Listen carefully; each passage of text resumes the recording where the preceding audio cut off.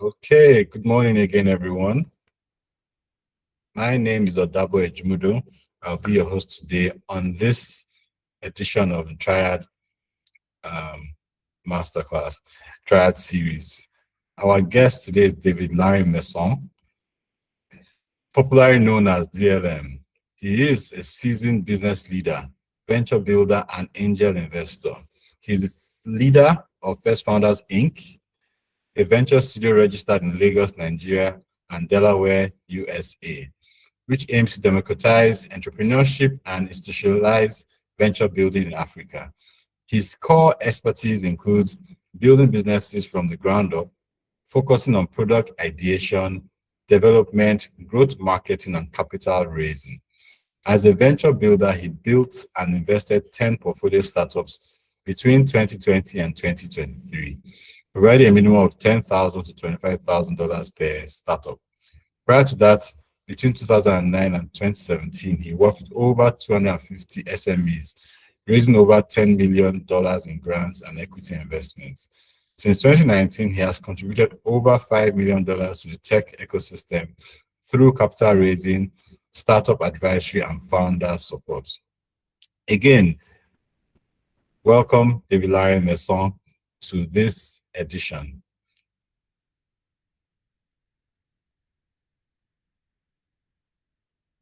So, David, are you there?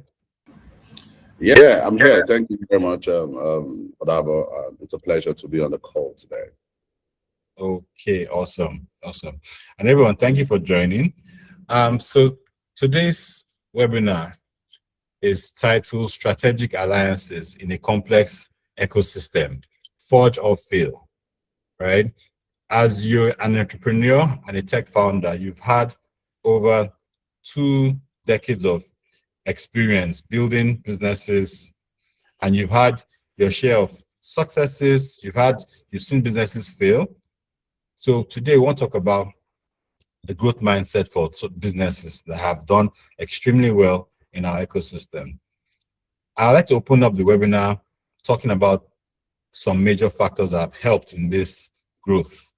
One is continental economic integration. And this largely has to do with the AFTA framework, right?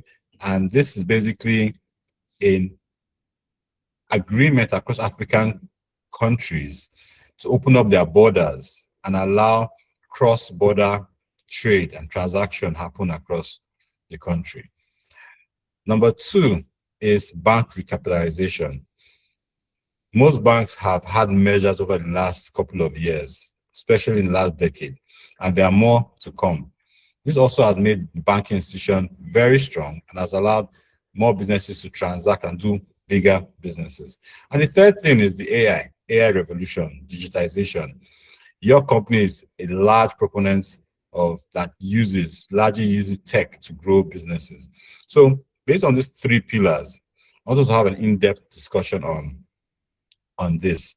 So my first question to you is, what is your take? Can businesses really grow in isolation, or is collaboration a must? What is your take on this? All right, thank you very much, Odabo. And I'm hoping that we'll be able to banter today on these conversations. On these topics and all of that. And it's also about time for us to, look deeply into driving conversations that sort of shape policies, shape the economy and shape our business, our entrepreneurs sort of approach, running their businesses and all of that. The truth is that we are no longer in the era of the hero entrepreneur, where you think that, oh, you can do it all by yourself and all of that. You understand? You can't sit back and think that you can operate from strategic vision into procurement to operating business and thinking everything just by yourself. You understand? So all of that processes have sort of been dismantled, and we are moving away from that idea of or the monarchy type of entrepreneurship to collaborative type of entrepreneurship, where you get to run within networks, strategic alliance, and all of that to be able to drive businesses. You understand? So, and then again, talking about, can businesses really run in isolation, or can entrepreneurs run in isolation? isolating, running a business in isolation is pretty much like you're marginalizing yourself from the opportunities that sort of play out, and collaboration is now key. So, and thinking about it, the question isn't more about, oh, should you collaborate?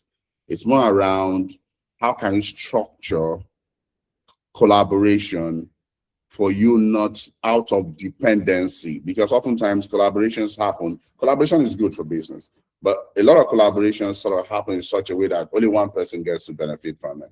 And I also think that that's also one of the reasons why a lot of businesses sort of run away from collaboration. They just want to do their own thing. But then if you understand the framework that sort of governs collaboration, right, then you'll be able to move away from that idea of isolation and all of that.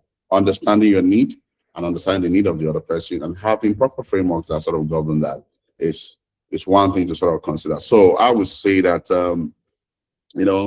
the idea of key man dependencies, is one that a lot of entrepreneurs need to move away, because it sort of puts you on high risk, and a lot of people are no longer thinking about it. Recently, I was talking to a couple of HNIs like 2-3 weeks ago, and we were talking a $1 million deal, right?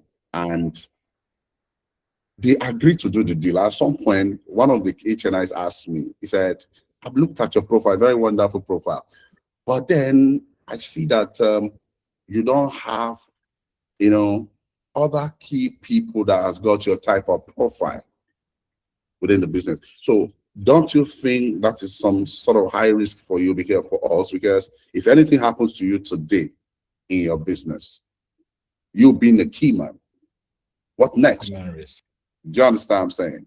And yes, I know I have answers for that, because I was proving a model, the venture studio model, right? And I needed to use my money to prove that, so that I don't waste people's money. You get what I'm saying? But imagine that was not part of my strategic goal in terms of hiring people or bringing people on board. And I told them, I said, if you look at the $1 million investment we're talking about, I was not only looking at capital, I'm also looking at, hands-on involvement, because I need the right set of people to collaborate on the long term. I brought the company to a short-term spot. We need to move it to the long-term spot to execute on the long term. Why? Because we have a proven model, a proven track record, and all of that. You understand? But just imagine somebody who doesn't have that long-term goal of, running the business, has been running the business in isolation, depending on him or herself, and then that question is thrown to you after a nod has been given for an investment. That can actually throw you off balance. You understand? So does it mean that you can't run? I mean, if I was proving something, I needed to prove something. I need to put my money to prove something, so that when I lose my money, I know it's my money, not other people's money. But I have been able to prove with my own money, and now I'm bringing people in so that we can all become key men to also help me to achieve my own strategic goal. And I see the need for strategic alliance.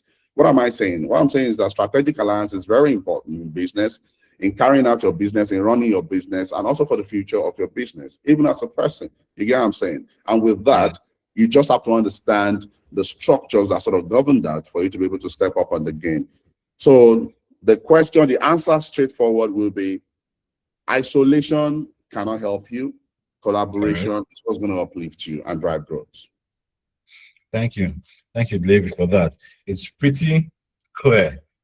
And this is the reason why businesses have grown more bigger than Nigeria, bigger than nationally, and bigger than Africa. So now let's talk more about this Africa Continental Free Trade Area, right? It's going to put about 55 nations together and allow it help free trade and trade across borders.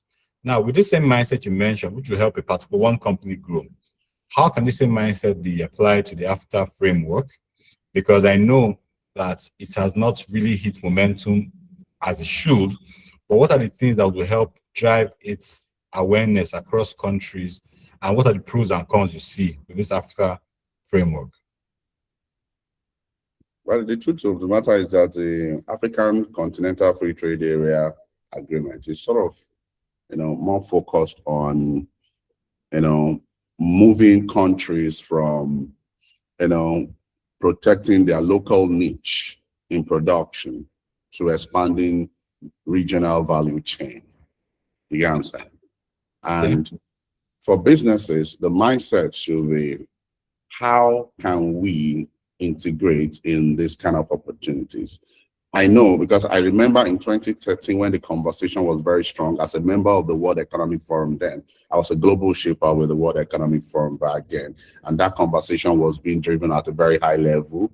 You know, I remember the MD of EcoBank there very pretty much at the forefront of that, you know, agreement, because EcoBank was a Pan-African, you know, bank, and they see that agreement as an agreement that can help to foster, you know, trade. But then again, you think about policies, the bureaucratic bottlenecks that sort of operate in, you know, in different countries with regards to protecting their supply chain and all of that, right? Especially based on, you know, different economic agendas. But one thing I've come to see is that over time, implementation became like a problem. And that's due to a lot of reasons, right? I mean, some of them are currency situations, right? Because the banking system, as at that time, has not been able to bridge into each other where you can transact in Saffron, and then you receive your money back in Naira. Those bottlenecks were still there because cross-border, you know, currency situation was there. And the policies that were supposed to sort of help drive that whole ecosystem was not active from an implementation point of view, right? So, but again, the truth is that now things are a bit changing with Flutterwave getting into different countries. I mean, just recently, Flutterwave acquired a bank in Kenya, you know, just to be able to drive not just payment, but help to drive banking, you know, across the continent in itself, right? Rwanda and Ghana, you know, partnered for a tea production where the production happens, you know, in Rwanda and is distributed through a very seamless logistics system to Ghana, and it sort of happens, and that transaction sort of happens like that. So just quite a number of things playing out. But again, I think that there is low awareness with the implementation of the AFCTA. You understand? There's low awareness, and economic agencies are not doing enough to be able to sort of make that information being democratized for entrepreneurs to sort of leverage. But then it's not only just about democratizing the knowledge or the information to entrepreneurs. It's also now also creating the vehicles that help to, that explains naturally all that is available to the entrepreneur at the bottom of the pyramid, particularly those who produce, to say, oh, I understand it. So if I produce my cocoa right now in Ondo State, in the next 1 to 2 weeks, it can move to Ghana without me having to bother about how the money is going to come back or my produce risk and all of those kind of things. You understand what I'm saying? So, but again, I mean, it's still in process. But that does that mean that work is not ongoing? Work is going, is slow. You know, like for example, we have the Pan-African Payment and Settlement System, PAPS, that's been implemented. You understand? But then the question is, how effective is it? So maybe these guys now need to be able to find a way to integrate this in various banks so that I can pick up my OP and do transaction, and somebody can get it in Ghana through the PAPS. You understand that kind of stuff? And I mean, there's also logistics to finance issues. I mean, like I mentioned earlier, logistics is also another very big issue in terms of driving cross-border trade, all those kind of things. So what is my thought? I would say that it's going to be slow, but those who want to take advantage of it need to begin to ingrain themselves into understanding how it works, because it works. Those that are taking advantage of it, it's working for them. You understand? It's just for you to now embed yourself in understanding what kind of infrastructure is available to help you move your produce across the value chain to the next country, because that policy, that agreement exists. You understand what I'm saying? So, but then if you think that it's just going to happen at this point in time, trust me, it's not just going to happen. You have to be conscious about it. You have to be intentional. And that is, again, where strategic alliance comes in. You have to identify, you know, the infrastructure in the other country that aligns with your own infrastructure here, and you embed that together to be able to transact or do your business, you know, as an entrepreneur. And with that, it sort of helps to, you know, drive that democratize or orchestrate that regional value chain growth or progress that is expected. I don't know if that makes some sense though. Oh, yes, it makes a lot of sense. I'm writing down as I hear you speak, and a few things come to mind. Policy creation, policy implementation are very, very important things. And it is entrepreneurs that will drive these opportunities. Government can only do so much, but like you said, people need to take advantage of it, and that's to increase awareness. So that's when you spoke about how Flutterwave has opened up a bank in Uganda, if I'm correct. These are the opportunities. In Kenya. And Kenya, opportunities they've seen and they're going into it. So I also hear about specialization. You have to be a specialist in your core area and know everything that needs to be known, while you partner with others. That's where major partnerships come through, so that you can deliver value at a monumental level, just not just locally, regionally, but internationally. So P2P is the way to go, public-private partnerships. And I'm glad to hear this, because in places like Kenya, I know they have well-funded tech hubs. I know they have good funded tech hubs. Egypt, their factory system is highly optimized.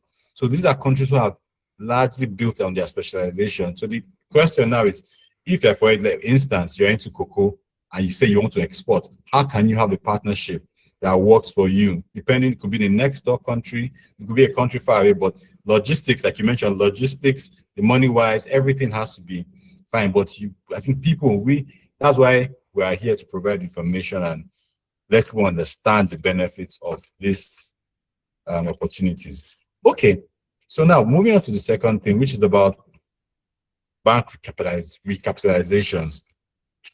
I know one of the benefits is mega transactions, because now the banks now have so much funding and capital that they can help businesses scale. It's all about scaling. Can you share your thoughts about that? And after that, there's another question I'll ask you about first founders. But let's talk about this capitalization. Okay, so I mean, recapitalization is not new to us. It's been there, right? And if you ask ourselves what changes has it sort of brought, it's not like it has brought monumental changes, but in terms of risk aversion, it sort of helps to manage the risk of maintaining our money with the banks, because as the financial sector grows, the risk of our money, being kept more properly is something that, that plays out. Then the regulatory frameworks that sort of govern how money moves is also something that, recapitalization helps to consolidate upon. But that doesn't really benefit business people. It increases the lending capacity, for entrepreneurs, because now you are able to, access more capital. But the question is, does it still change the lending rates? It doesn't particularly change the lending rate. I'm even suspecting that, there's going to be increase on our interest rates after this recapitalization, because the way boys take get those monies, it's crazy, really. But how do I see? I mean, I particularly like the fact that the banks are also now beginning to think outside of the box. I mean, I see some banks partnering with some insurance companies to recapitalize and all of that. And that, again, that answers the question of strategic alliances. People are beginning to look at collaborative effort to be able to, maintain strong consolidations, in the marketplace and all of that. And again, I also think that it will also help banks to accelerate, funding, or what I call funding innovation, where they get to think about, okay, how can we come up with innovative funding strategies that will further help to drive our businesses and at the same time help to accelerate the economic landscape, particularly the MSMEs and all of that. You understand what I'm saying? So, but then again, liquidity, it will create liquidity stability, across, the financial sector. I mean, right now, as of 2023, the liquidity ratio was 43.5%, but now liquidity ratio has moved to about 54.9%. And what does that mean? It means that there's now it suggests that banks sort of can withstand shocks, because when anything happens now, we are not afraid. We can get our money back. You get that kind of stuff. So that liquidity stability is something that recapitalization, are sort of brought forward. And it also brings about long-term competitiveness, especially because, global banking is gradually sort of, taking place in the world, right? Where transactions are beginning to just fly, from one country to the other. You get, and I mean, if you look at Revolut's growth is about 46% recently, and that's simply because the business structure is not sort of only embedded in the UK. They've set up a bank in the UK. They're having a banking license in America right now, and their user base has sort of stepped up sporadically, and you see Flutterwave doing heavy transactions, and I mean just different things happening. But these banks, because of recapitalization, they are able to now spread their tentacles into even other countries, and also help to create transactional channels that will enable businesses, maintain fluid, liquidity with how they do business and all of that. But then again, what are the cons? Short-term credit, it will tighten high interest rate. I've talked about the high interest rate. It's definitely going to happen, trust me, and then profitability decline is going to happen because about 19.2% expected decline is in profit for the year 2025. That happened, a 19.2% decline in profit was very crazy in the banking sector. And this may sort of make banks to be more risk averse to SME lending and all of that, And again, there's what we call the cost pass-through, where capital raising costs may translate to higher borrowing costs for businesses. You understand what I'm saying? So all of this, and I play in the capital space, and I understand, I can predict some of the things that will happen with capital. But does that mean that I am not optimistic? I am optimistic, but the truth is that the recapitalization will help businesses, but at the same time, it also has its own disadvantages to businesses, which is why businesses have to now start thinking, of alternative ways to raise money, to get money. If you are looking at getting money and you are thinking of just loans and all of that, you have to start thinking out of the box. Start thinking of family and friends, start thinking of strategic partnerships to get money. Because oftentimes we often think that raising capital is always about cash. No, raising capital can also be about constructs. It can be about customers, right? And what I mean by construct is that I may want to raise 50 million naira now, and what I want to do with that 50 million naira is to power my distribution channels so that I'll be able to make more money, right? And instead of me to go to the bank to get that 50 million, I go to a company that has mastered distribution, and I say, hey, come, you have mastered distribution, I have mastered production. Let me pass my production through your distribution channels, so that way we can share the revenue that comes, or the profit that comes through this strategic alliance, right? Now, what that has created technically is that you have converted the infrastructure of the partner to cash. Because what you would have invested in getting that 50 million naira in is now in somebody's infrastructure, which will help you to move your business towards growth. I understand what I'm saying. And I always say business is about you produce something and you distribute, right? Exactly. Every other thing is secondary, whether branding and all of those. Once you can master what you are selling, what you are producing, and what you are distributing, every other thing sort of works for you. You understand what I'm saying? So think about that as a business person, and always think outside of the box. I don't think that, what you need is just cash. You understand what I'm saying? For example, my company is partnering with Providence Bank right now. Providence Bank has a product. I have the distribution. They saw that, and we are partnering, and it's leading to an event April 2 next week. Do you understand what I'm saying? And yes, they are beginning to see the value because the pipeline, we have that infrastructure where they can pass that product through. And they already say that, let's start thinking about the next, because the way I partner, I'm going to talk about the framework for partnership. The way I partner when you're partnering with me for the first time and you come to me and say, oh, let's sign a 3-year partnership, I'll say, no, let's do only one partnership. Yeah. Let me see how it works. Do you understand what I'm saying? So I'm partnering with them on just one. They are seeing the effect. I'm also seeing the value. And I'm like, okay, fine. Then we are like, okay, you know what? We are going to sign a 2-year partnership to be able to consolidate strongly on this partnership. So now I mean, recapitalization again it will help you to now begin to really think. You might also begin to think of having strategic investors. They necessarily need not have equity in your business. They may also have equity. They may come for a convertible, or you might have them and say, hey, come, invest in this segment of my business. This is the profitability system of the business. In another 3 years, this business will hit X amount of profit, and we are willing to share that profit with you at this percentage. You reach a strategic partnership, investment partnership on that. I'm currently doing that with somebody for $500,000. You understand?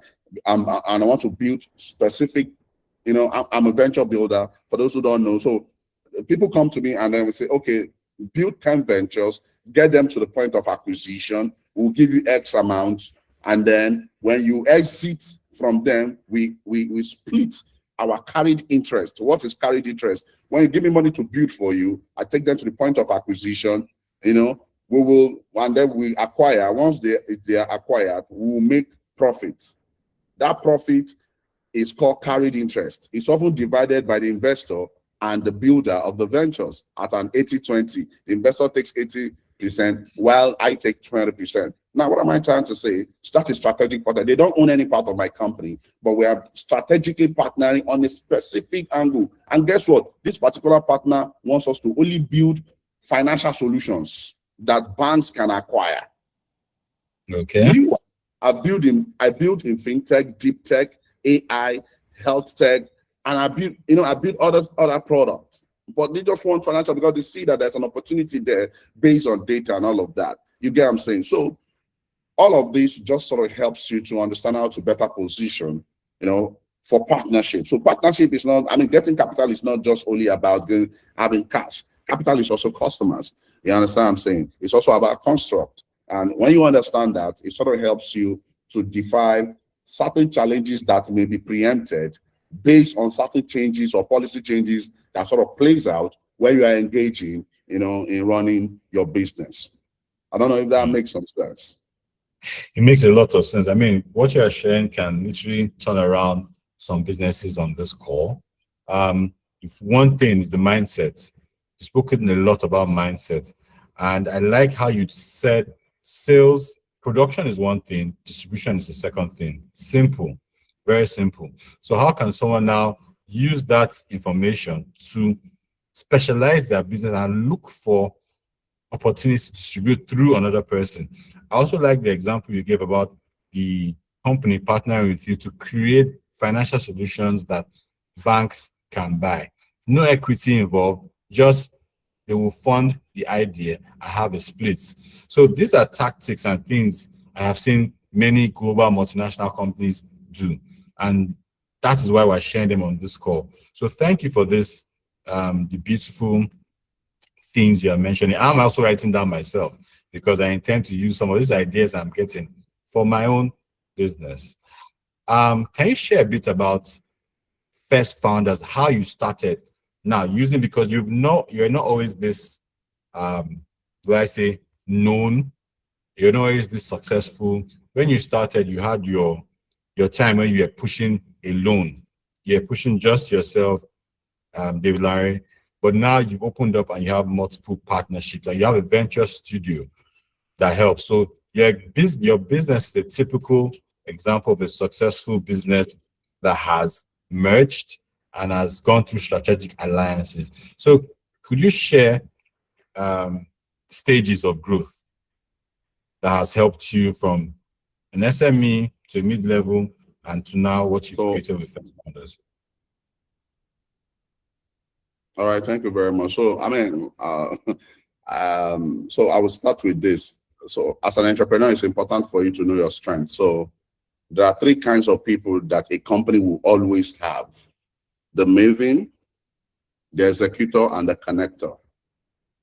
You have to know your strengths. You might have all of these three elements, but they will be in percentages, not more than 100%, right? So take me, for example, I am 50% Maven. I am 20 or even 15% executor, but 35% connector. And I'll explain what that means. This will help to understand my story with regards to my company, right? And the success that we have today. As a Maven, you are in charge of strategic visioning for the business. You are the thinker. You have the ideas. Sometimes you might not, as a CEO, you might not be the one to have the idea. You might not be the Maven of the business, but you need to be able to know what your strength is and where they lie, right? I'm an executor also at 15%. Doesn't mean I cannot execute. I get tired of executing. So what did I do? I hired people that can execute at a higher frequency. I'm a big connector. I love going out. I love connecting people. Give me a product. Give me any product at all. I will sell that product.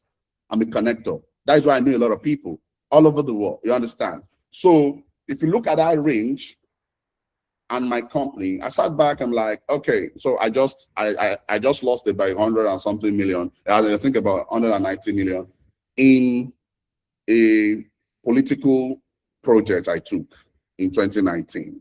Right. And prior to that, I've been a venture builder, building ventures for people, but I needed to sort of do something differently. So, and then I came back from that, and it was a shock. I didn't know what to do next. And I'm like, okay, you know what? I think I've identified a couple of problems with entrepreneurs. Let me just start building businesses and getting companies to acquire them, partnering with founders to build that. And that led to the venture studio that we have today. The first founder. In terms of success, in terms of how did we get to where we got to? As we began to offer these services, as we began to build, we were losing because some of the startups did not make it to market. Some of the portfolios didn't make it to market. Some stayed. But at some point, there was a capital crunch, in the venture capital space. Investors were no longer investing money, so we had to innovate. And how were we innovating? We are now partnering with companies that need to transition into tech, particularly traditional businesses that are sort of afraid to sort of transition into a digital operating, model, because they currently run on traditional operating model, right? So I took the story to them. I'm like, hey, come, the future is going to be run by AI. And luckily, because I'm very big on reading, I already have access to a lot of information. I'm also for the fact that I heard about AI for the first time at the World Economic Forum, and I've been an early member of the World Economic Forum since 2011. You understand? So all of this information I got, I'm like, hey, come, we can transition. We can help you to move from this point to the other. And that strategic alliance began to bring a lot of capital, a lot of cash, revenue to the company, and that changed the trajectory of our business. But then again, this is what I really want you to take out from this. If you don't know who you are, you won't know who you need to bring that will complement you to reach success. Sometimes you can set up a team of people that do not complement you. They are just busy working, but there is no productivity because you don't know how this whole thing sequence alongside the strengths that you have. I knew the strength that I have, that I'm very big on being a Maven, coming up with ideas and connecting them to people. But guess what? If I get the deal and I come up with the idea, if there is no execution, you know what will happen? We are going to lose our integrity because that means that we are not going to do the deal. So I brought more people in that can do the deal. That is why you might not probably see a lot of people making noise that, oh, I'm in first founder and all of that. But there's a lot of work going on within the company because I know my executors and I understand the structures of being a Maven and also being a connector. So as an entrepreneur, you need to be able to understand who you are. You need to be able to know what your inefficiencies are and what your efficiencies are, so that when you are bringing in people, you are bringing in people to come and fill that gap, or what we call, if you look at the puzzle, one part of the puzzle is missing, and you just bring that and you put it in, and guess what? It just becomes a complete picture. So that is going to be my thoughts around how First Founders has been able to get to where it has gotten to. It is through understanding who you are as the driver of the business. It's understanding the problems that exist and finding strategic alliances, that match those problems, and can bring value back to you as a business. And most importantly, also, is positioning the right places. A lot of us don't want to spend money to network. I spent a lot of money to network. I spend a lot of money. Like, I spend so much money networking. When I hear that, oh, there's something somewhere where I see the kind of people that will be there and it costs $1,000, trust me, I will pay that $1,000 and I'm going to go there. And when I'm going there with an objective in mind. I don't want to meet everybody. I just go and strike one person. You understand what I'm saying? When I strike you, I will be able to use that to create a chain reaction for what I want to achieve. And that's the way I've always worked. When I go to places, I go and network with one or two people. I don't go there trying to meet everybody. You understand? And I already have an idea of what the event looks like, the kind of people that are coming. I go there, I network, I strike, I build that relationship, I make it very powerful, and I enjoy it at the end of the day because we are now sharing stronger value. And that's how I've always made money. A lot of people ask me, they say, DLM, you are everywhere, but we don't also see you everywhere. What that means is that you won't see me at all events, but you see me at specific event, but you will see that I'm also growing. And you wonder how I'm growing. If you go to my social media, you will not see me saying that, oh, I snap picture with the president of Nigeria or I'm this. Meanwhile, I'm in the room with a lot of them. Because for me, it's more strategy. For me, it's not the optics that matter. Yes. It is the strategy, it's the strategic alliance that matters, what I get out of it. And you will see that the best form of partnerships that you will get that will bring you the most money are people that you don't even, that you don't make noise about. You understand? So it looks a little offshoot, but that was a method that I used that sort of changed the trajectory for us, for me, as a company, as a brand today that people have come to respect, especially because I took a model, a venture studio model that was pretty much not, appreciated in Nigeria. I took it from the 0, bringing it to 1. I'm one of the first guys that pushed the venture studio model in Africa, particularly in West Africa, in Nigeria, to become an appreciated model or as an asset class today.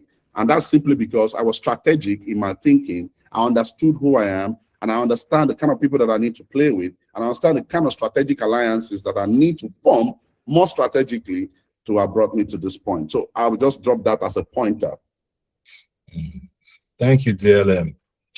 Strategic thinking, strategic networking, strategic execution. These 3 are very important. Like, it's the core of what you've spoken about: knowledge, information, seeking information. And there will be failure. There will be failure. You spoke about how you lost 100 million in one partnership, but this is part of the story. I think most times, as people, as businesses, there's the ability to be risk averse. You even mentioned how banks, even though now with the recapitalization, they are still risk averse to fund smaller businesses because they don't want to have that on their books. But the ability to continue to move irrespective of failures or successes is what defines, what ultimately makes businesses succeed. So thank you for that. There's something I like to say about failure a lot of times. So I always say, I tell myself that failure helps you to beautify success. And why did I say that really? So oftentimes when you fail at something, it looks like you're not gonna do that again. Sometimes you just feel like you should change the model entirely. But meanwhile, what you just need to do is to look at that failure and look at the nut that was out of that failure. Because that failure itself is success. But there is a nut and bolt in that you need to, And I'll give you a very practical example. 24 was a very tough year, even in the venture capital space, right? And guess what? For the whole of 2024, we only got 2 deals for the company, right? Then I was talking to a very popular guy in the tech ecosystem I said, come, I don't know what's happening. He said, Larry, you are running a model that can't work. You get, And for me, instead of me to take it as, oh, maybe I should go and start doing something. And the other thing he said is that he said, you're a very brilliant guy. If you start working as an accelerator manager for Google or Microsoft or all of these guys, DLM, you're going to be on top of the game. But it made me go back to go and understand the model better. Again, despite the fact that I've been running the venture studio for a while, I understood that there was a reason why something wasn't working. And what was it? I was going to companies saying that we will build for them solutions because they've got a problem, right? And I'm now saying that you pay us X amount for that solution. Okay. Meanwhile, most of these big companies want you to come to them and sell to them something that they can collaborate on. So what did I? I'm now saying that, hey, come, I see this problem in your supply chain. We will solve it. When we solve it, you acquire it, but sign the papers. I don't know if you get what I'm saying. Yes. And they began to sign the papers. And when we build to a certain point, we give to them to test. As they test, they see the efficiency. Even before the time lapse of that deal, guess what? They say, can we acquire now? So now, see, I love what you said. It's a clear example, the mindset shift. The solution wasn't a problem, but you had the ownership mentality. You wanted to own, sell, and cash out. But when you move this and said, okay, let's sign it, we'll run it at no cost. But once it's working, you buy it out. And that strategic partnership, strategic alliance changed it for you. You understand? So what I just noticed that, and it began to work. And guess what? I started getting referrals. Hey, is this David Larry Mason? Oh, we're having this problem. Can you come and do an audit assessment on our technology flow? Oh, our operational flow has got a problem. Can you come help do an assessment, an audit, and help us to understand how you work? Even technology companies are coming to us, another technology company. You understand? Help us to understand. We want to understand our revenue structure. So can you come and help us? You understand? And I give you my agreement, you sign. You understand? Because at the point where you reject that deal, there's a compensation you have to give to us. Do you understand what I'm saying? So it's not a word, but it's more around rethinking. Just rethink the problem that looks like the failure. Rethink it and see what small bolts you can take out. And that way it changes everything and changes the trajectory, of the business. And this is the reason why HNIs are now looking for us as a company. They want to, because they've seen success. We've done it with some people and they've seen the success, and now they want to work with us, and they are saying that, oh, we have money. And when I'm talking about HNI, I'm talking about HNIs that have spent 15 years, for example, in Airtel, and they've amassed money.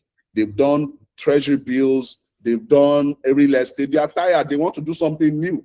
And they needed somebody with track record that can actually help them to make long-term cash. And they're like, okay, you know what? Let's give you $500,000. Let's give you $1 million.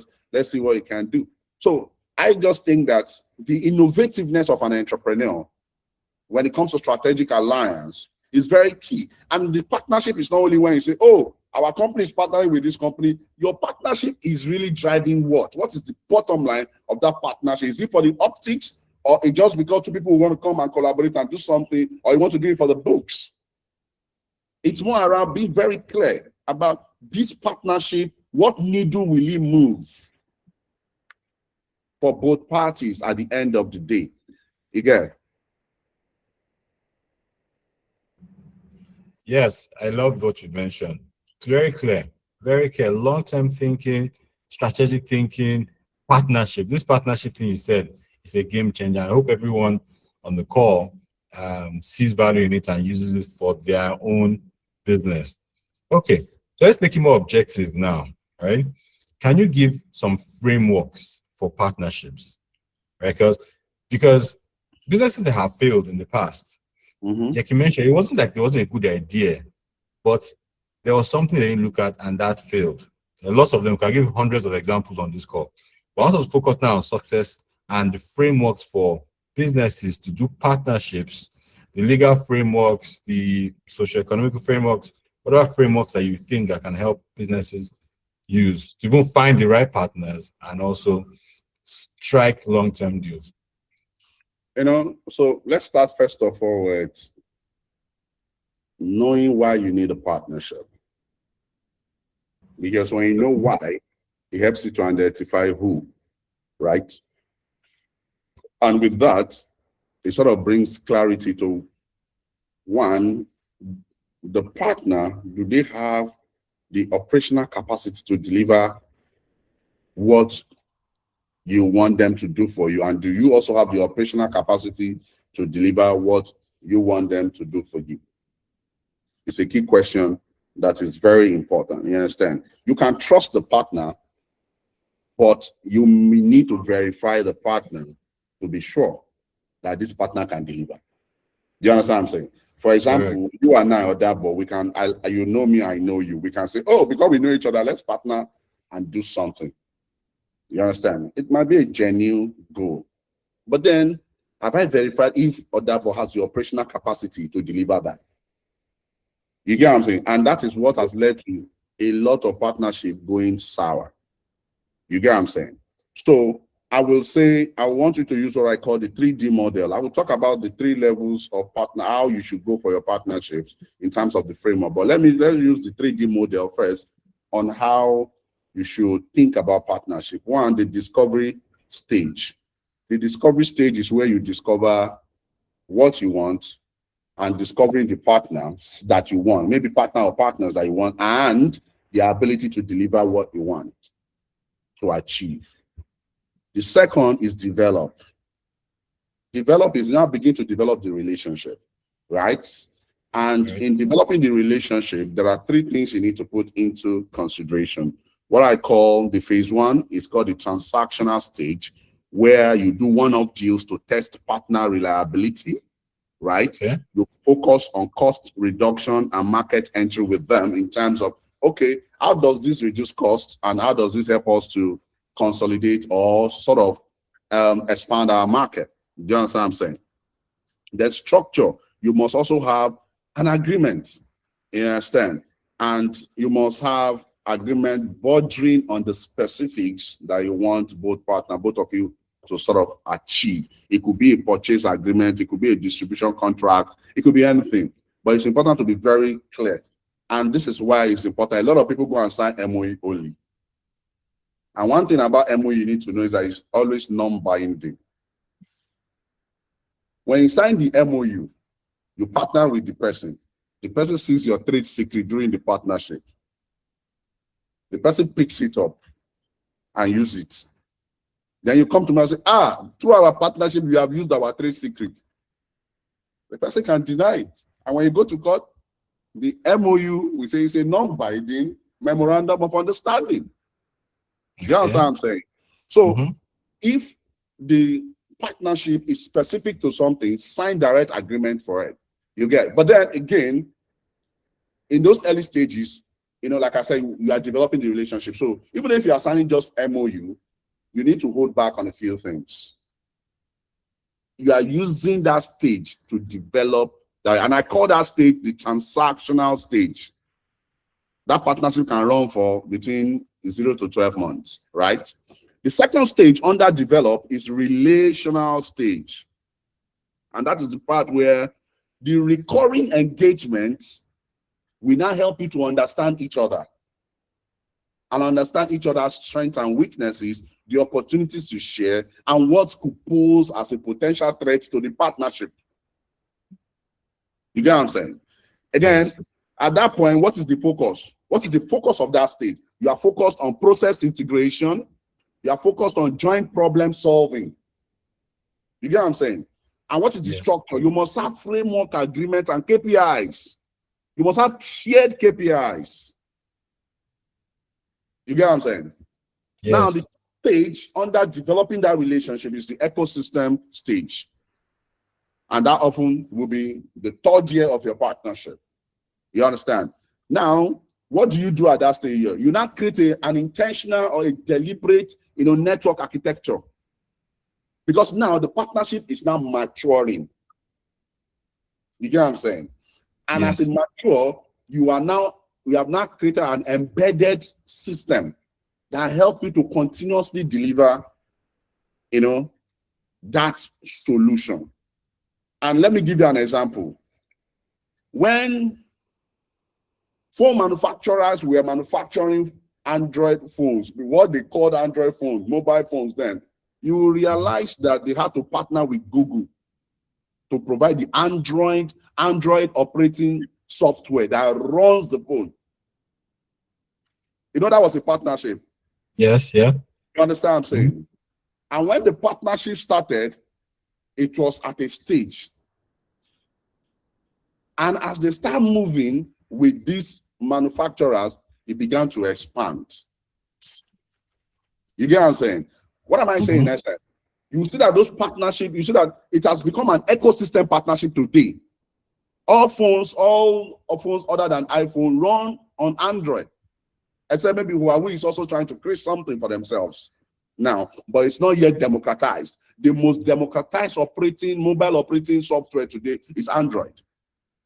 And that partnership, if for you to use Android, you have to go and partner with Google. But there's an ecosystem structure around it. You understand? So that is what I call process integration. Co-innovation, and and that is where we are doing, a lot of shared infrastructure development. You are doing collective bargaining. You've now become, you've immersed into yourself that you guys cannot do without yourself, because you become like an ecosystem at that point. You understand? And what is the structure that sort of governs that? That is where you have things like platform ecosystem. You have joint ventures. That is where it becomes a joint venture between two companies. You see that from the beginning, which is transactional, it's just a partnership. But as the partnership goes down, you now become like a joint venture. That is the point I'm trying to make. And it takes us to the 3D. Until you get to that level where you have developed the relationship across these three stages, you cannot deploy anything really meaningful. And again, don't forget, taking us back to what I call production and distribution. When you begin to partner and you see the opportunity in the partnership based on integrity and productivity, right, and innovation, you cannot begin to go deeper. You understand? But just imagine you just go and say, oh, let's sign a 3-year deal. We want to build an ecosystem for XYZ. And then something happens. All your trade secrets gone. You get what I'm saying? And it takes us back to me, first founders, what I want to do. I'm at a state even with Providence Bank, where we want to integrate our distribution infrastructure into their own platform. You get what I'm saying? But we haven't gotten there because the partnership just started. So just having that clarity of the kind of partner or partnership is very important. And you must also know the moving needle of that partnership. This partnership is the revenue source of our company, or it is just an event.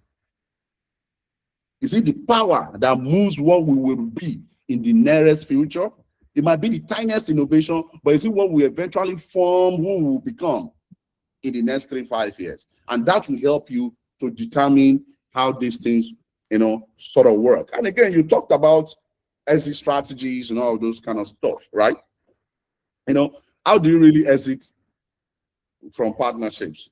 It's important to understand performance thresholds. If we are partnering with somebody and the partnership says that, oh, you want to achieve 1,000 customers, who is bringing the customer? Okay. Who is feeding the funnel to get the customer? You understand? Those needs to be defined. Then, at what point should we exit? That is where you define things. We will exit if you miss 3 times to feed the customer. Clarity is very important. Clarity is very key. If you miss 3 times, we can exit.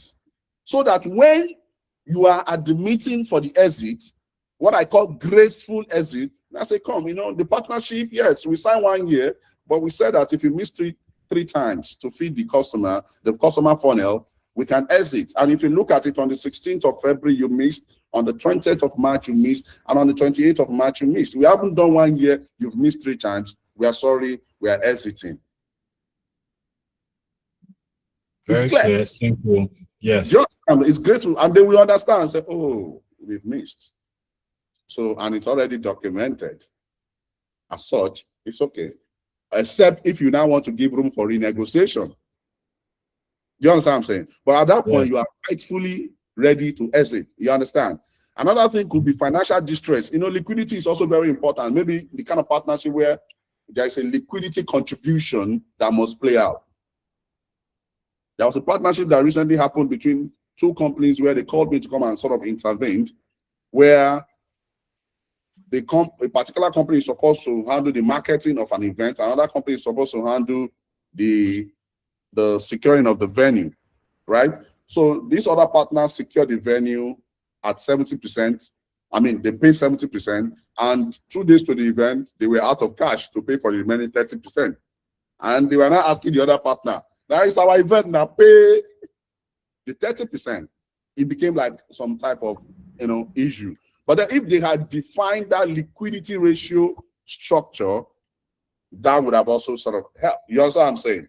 Regulatory changes can also make partnership go, maybe, for example, your partnership is based on, a manufacturing deal, and then there was a policy that says borders have been closed and the raw material has to come from outside of Nigeria. You understand? That can also, so all of those things need to be highlighted, in the documentation. Sometimes it could also be as a result of strategic misalignment, but you need to spell it. If there is any point in time there's a strategic misalignment between both parties, one party can exit clearly. You understand what I'm saying? So, which is why it's important to be very clear about what kind of strategic alliance you are forming. Are you forming it across a moving needle for the business, so that way you can create a proper agreement, like I've mentioned, earlier. You must, if it is going to be based on operational continuity, you need to be able to define all of these things, and all of these factors sort of help to, contribute to the success of a particular partner, because now it will put both parties on their toes, knowing fully well that things are clearly spelled, out. Okay. Thank you very much, David. Honestly, even for my business, I've taken a ton of lessons and ideas that have dropped for me, really. If you think through your business, which is what I hear you say, from inception to growth and to even to the exit, you can clearly map out objectively the things that need to be done as you and also as a partner, because now this removes emotions from the conversation. Because people might have the product and they say, okay, if I can sell 1 million of this, I am made. And they see a partner that has distribution, and because of emotions, they let go. And after 1 year, trade secrets, for example, are shared, or whatever conflict arises, and the partnership goes bust because this framework, this objective items were not considered in the beginning, right? You mentioned things like shared KPIs. I was even thinking about that. You could actually partner with someone and both of you could be in the business together, and you say, okay, I will manage the channel, I'll manage the channels, I'll get the products in the channels. You will employ the employees that will be driving the sales. So I'm not going to be responsible for any losses of pilferage because your staff is there. So it could be a win-win, but because of emotions, you just say, okay, give it to me, and you just carry some baggage, which will also hinder your growth. So I love the framework. It might not even be emotions, it might be ignorance. Ignorant, yes. That's the word. So ignorance, lack of knowledge. You have some knowledge, I mean, as an entrepreneur, really, when it comes to strategic alliance, you have to think deeply about it. Sometimes people use strategic alliance or partnerships to understand your business model. And that collaboration can just be for a few months and they move. But when you are clear and they know you are very clear about things you're doing, it sort of helps. Some people use it to brainstorm. They may not even copy your idea, but they will create something that is probably going to disrupt your idea. You get what I'm saying? Yes. So okay. It's important to just be very clear, mostly when it comes to defining the partnership more clearly and understanding that it goes beyond MOU. If it has to do with something serious in your business, sign proper agreements. Beautiful, beautiful. And that's where people should spend money to hire legal representations and have master focus on your capabilities and have the right employees managing all conversations and having external stakeholders advise you too. Okay. It's 1 hour. We've had a question of 1 hour. At this point, I'll open up for some questions and we can wrap up in a 15 minutes maximum. Thank you again, everyone, for being on. I have a few questions before me here. And one is, for international, what are the mistakes businesses make when forming cross-border partnerships? How can they be avoided from the outset? So what you've said now cuts across local and regional, but international has an extra leg to it. Things like the payment gateways and other things which happen to be in cross-border. Can you give 1 or 2 answers to that, especially for cross-border partnerships, apart from what you've mentioned? So when it comes to cross-border partnerships or global partnerships, again, everything I've said sort of applies, but there's a little bit of caveat. You need to know, you need to do your research on the company you are partnering with to be sure that they have the capacity to deliver on that. You need to also, most importantly, this one is very key, you must have a settlement, a nominal settlement location that we settle issues when they arise, either in that country or in your country. That has to be specific in that agreement. You understand? But when it comes to partnership globally, I think the most important thing is for you to know that both of you have the operational capacity to deliver that. You need to know the regulatory frameworks of both countries and how they sort of link up to make that partnership happen. Because sometimes you might want to do great partnerships, and then guess what? The government regulations is sort of going to hinder that. And who knows, you may have committed money before you even think of that governmental bottleneck, because you might just be moving progress, making progress, then you get to the point where maybe the redistribution is going to happen, and then you say, hey, you can, this doesn't apply to our country or to your own country, and it becomes like an issue. So you need to do your deep research, you know, find out more about not just only the company, but also the sector in which that person is playing. What is the government saying about that sector? And most importantly, cross-border transactions. I mean, that would be my own few thoughts on that. All right. On behalf of the Triad Series, my colleague Jumoke, who is the visionary behind this brand, and my partner Babatunde, I'd like to thank you very much, Mr. David Larry Messon, for this wonderful conversation. We're going to run up in the next 5 minutes because of time. I see a few hands up. I would let me open up the meeting and ask a few more questions. Hold on.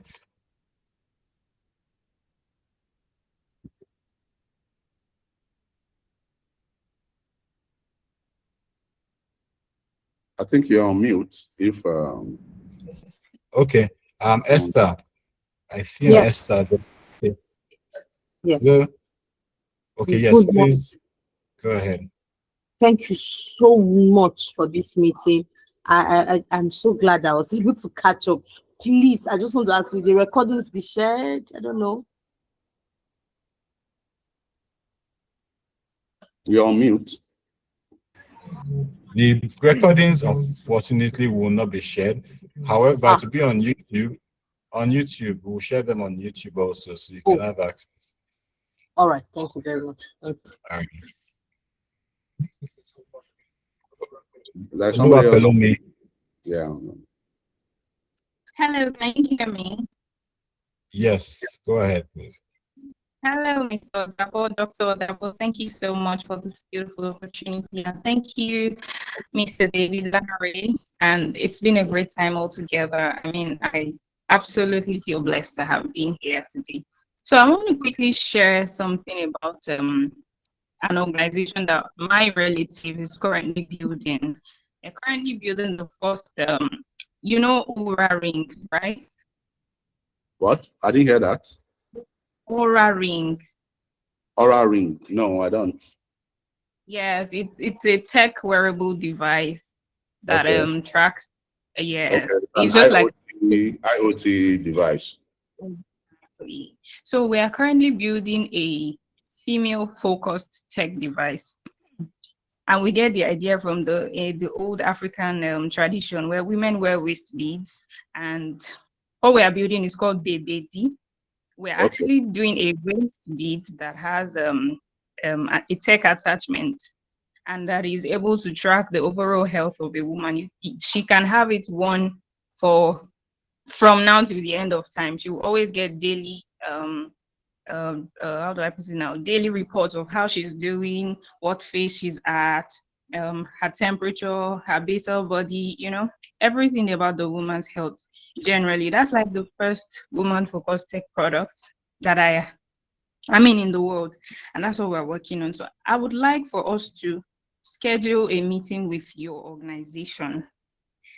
Is it okay if our founders are also located in Delaware, in the US? So I observe you also have a studio there. So how do we reach out? How do we schedule a meeting with your organization so we talk further? Okay. I mean, we can have an online meeting, a virtual meeting. I'm sure Dabo will drop my contact, and then we can take the conversation forward from there, either via email or WhatsApp. Oh, beautiful, beautiful. Thank you so much. You're welcome, madam. You're welcome. Please expect to hear from. Well, no, it's okay. Just send a message to me or through the email if you receive the email, and then we'll make the connection happen. All right. Thank you so much. Right, you're welcome. Okay, so we're gonna wrap up the conversation now. Thank you very much, David Larry-Messon, for this beautiful, enlightening webinar. And everyone that has contributed through your questions, thank you, Paul, Esther, Oluwapelomi. Again, we'll have another webinar next month where we'll bring interesting personalities to share their knowledge. And as a Triad series, we are here to support businesses, advisory, and also help businesses grow. Thank you very much, everyone. David, as always, thanks. Bye, everyone. Thank you, everyone. Thanks, David. Thanks, Odabo. All right. Thank you. Bye.